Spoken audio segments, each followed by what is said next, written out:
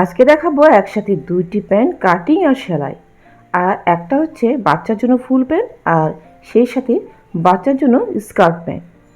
আসসালামু আলাইকুম, সুইসিতার আজকের পর্বে সবাইকে ওয়েলকাম জানাচ্ছি। ব্যাপারটা একটু বুঝিয়ে বলি।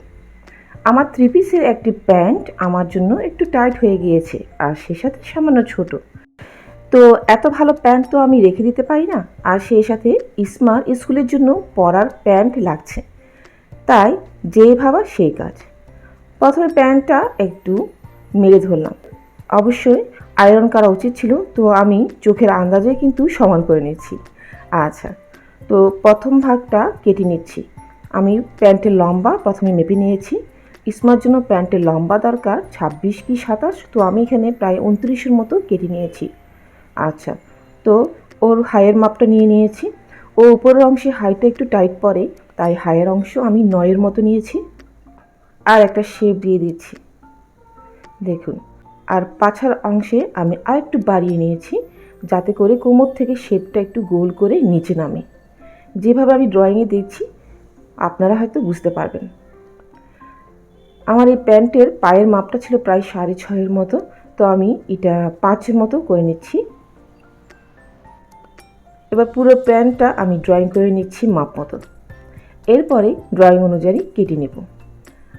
অবশ্য আয়রন করে নেবেন, এরকম কুচকানো প্যান্ট থাকলে। তো আমি একটু তাড়াহুড়োর মধ্যে ছিলাম আর আয়রন করতে চাইনি, তো হাতের সাহায্যে একটু মেলে ধরেছি। এরকম আরও টিপস সহ ভিডিও আমার চ্যানেলে রয়েছে। আজকে যারা নতুন দর্শক, আমার চ্যানেলটিকে সাবস্ক্রাইব করে দেখে নিতে পারেন আমার সেই সব ভিডিওগুলো। আপনাদের কিছু না কিছু ভালো লাগবে। আর যারা ফেসবুক থেকে দেখছেন, আমার পেজটিকে একটু ফলো দিয়ে যাবেন। মাপ মতো কেটে নিলাম, এবার সেলাই করে নিব একেবারে ড্রয়িং অনুযায়ী। আপনাদের বোঝার সুবিধার্থে আমি একটু মেলে ধরছি। দেখুন, দুপাশে এই পায়ের অংশগুলো সেলাই হবে, আর উপরের যে কোমরের অংশ কেটেছি না, এই দুটো সেলাই হবে, জোড়া লাগবে।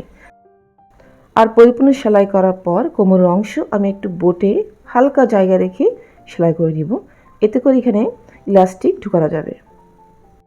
এবার সালোয়ারের উপরের অংশ যেটা কেটে রেখেছিলাম সেটা দুভাঁজ করে নিলাম।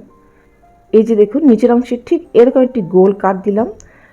লম্বাতে 2 ইঞ্চি আর পাশে নিচের অংশে রেখেছি আমি 1 ইঞ্চি। ব্যাস, আর কিছু করতে হবে না। যখন আমি সেলাই করব তখন দেখে দিব এখানে কি করতে হবে। যেহেতু পায়ের অংশে আগে থেকে বোটে সেলানো ছিল, সেটা আর সেলাই করতে হচ্ছে না। শুধু দুপাশে 1 ইঞ্চি জায়গা রেখে আমি একটি চাপ সেলাই দিয়ে দিচ্ছি। মজবুত সেলাইয়ের জন্য চাপ সেলাইটা 2বার করে দিয়ে দেবেন।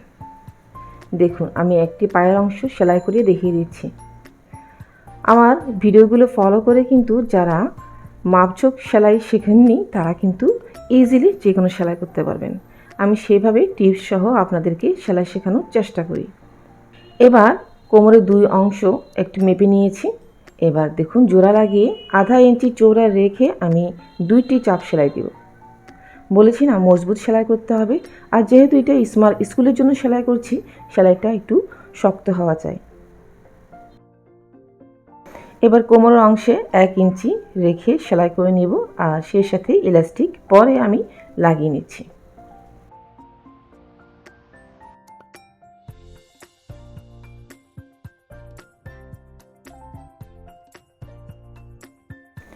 এবার দেখুন স্কার্ট প্যান্টটা কীভাবে করছি, যেটা আমি প্যান্টের উপর অংশ কেটেছিলাম।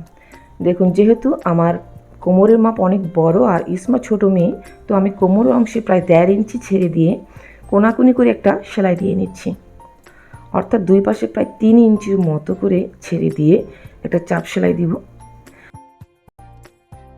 আর মাঝখানের যে কোনাকুনি একটু শেপ দিয়েছি, সেটা আস্তে করে গোল করে সেলাই করে নিব। সেই সাথে পায়ের 2টি গোল অংশ চাপ সেলাই করে বোটে সেলাই করে নিব। ব্যাস, এভাবে কিন্তু তৈরি হয়ে গেল স্কার্ট প্যান্ট। দেখুন কত সহজে একটি ছোট স্কার্ট প্যান্ট তৈরি করা যায়। এই প্যান্টটা চাইলেও ঘরে পরতে পারবে, অথবা যে কোনো টি শার্টের সাথে বাইরে পরতে পারবে, অথবা দেখুন ছাদে মাঝে মধ্যে সাইকেল চালাতে যাই, এইভাবে স্কার্ট প্যান্টটা পরলে অনেক কিউট লাগে। আর সেলাই করা কত সহজ দেখতে পাচ্ছেন। যদি বাসায় এরকম নিজেদের ভালো প্যান্ট পরে থাকে, তো ঘরে নিজের ছোট্ট মেয়ে থাকলে বা ভাই বোনের ছোট্ট মেয়ে থাকলে আপনি এভাবে প্যান্ট সেলাই করে তাদেরকে দিতে পারেন। ব্যাস এই ছিল আমার আজকের ভিডিও। আশা করছি আপনাদের ভালো লেগেছে আর অবশ্যই কাজে লাগবে।